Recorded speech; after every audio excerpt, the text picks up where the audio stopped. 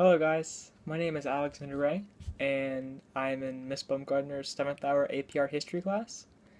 And today I'm going to talk to you about Silhouette the Dead Horseman for the Shadowplay Roland by Henry Riviere, made in 1891 of zinc.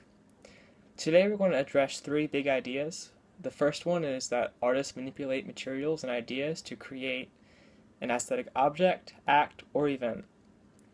The second idea is that art making is shaped by tradition and change. And the third idea is that interpretations of art are variable. Now for the first idea, this is a performance piece, meaning that it was used with other pieces to create a performance or act or dance that other people could watch.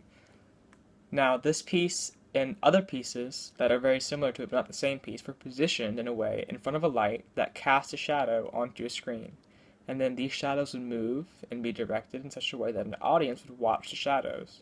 This is called a shadow play. In this time period, shadow plays were quite common, and they were used in cafes to create a revenue or a new revenue source, such as in the form of tickets, and then just to bring in more business to that cafe. Now, the piece itself is nothing but a silhouette, meaning that there's nothing inside the positive space, it's just black. Hence the name Silhouette the Dead Horseman. Now, off the back of the horse are jagged and slooping lines, coming off of the tail, which suggests a kind of slow and jerky movement, hence the jaggedness. Now, these lines also serve to direct the point of view from the back of the horse to the rider, and the lines on the rider are quite vertical and straight, which suggests rigidity and formality, creating a somber and slow feeling. Now, the contents of this piece are just a horse and its rider, and we know this rider to be simply known as the Dead Horseman. Now, this piece isn't used alone in the performance. It has to have a cast or accompanying pieces, such as a setting piece or other characters or even objects. And this piece itself has several functions. One function is an economic function, to bring in revenue to the cafe.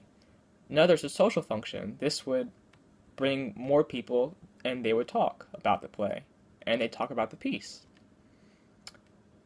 Now, the second big idea is that the art making is shaped by tradition and change, and a tradition that this piece shows is the tradition of shadow plays.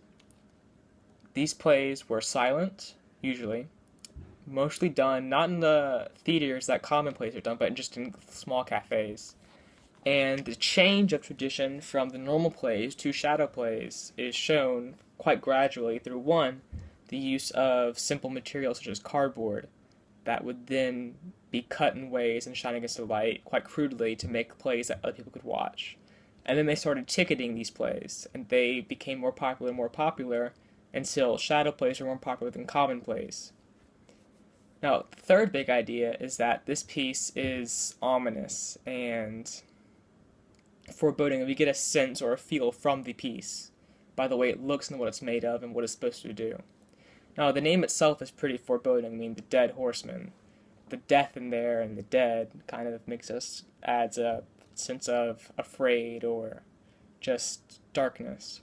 The jagged lines coming off of the back of the horse itself also help this effect, in that they're jagged and look like tattered and torn cloth. And then the actual black shadow created by the piece, because the piece is supposed to make a shadow. And so all you see is a silhouette, and it's a black shadow, kind of like almost like a Tim Burton-y feel, you know? And that would also add to the effect created by the shadow. Alright, thank you for listening, and I'll see you guys later.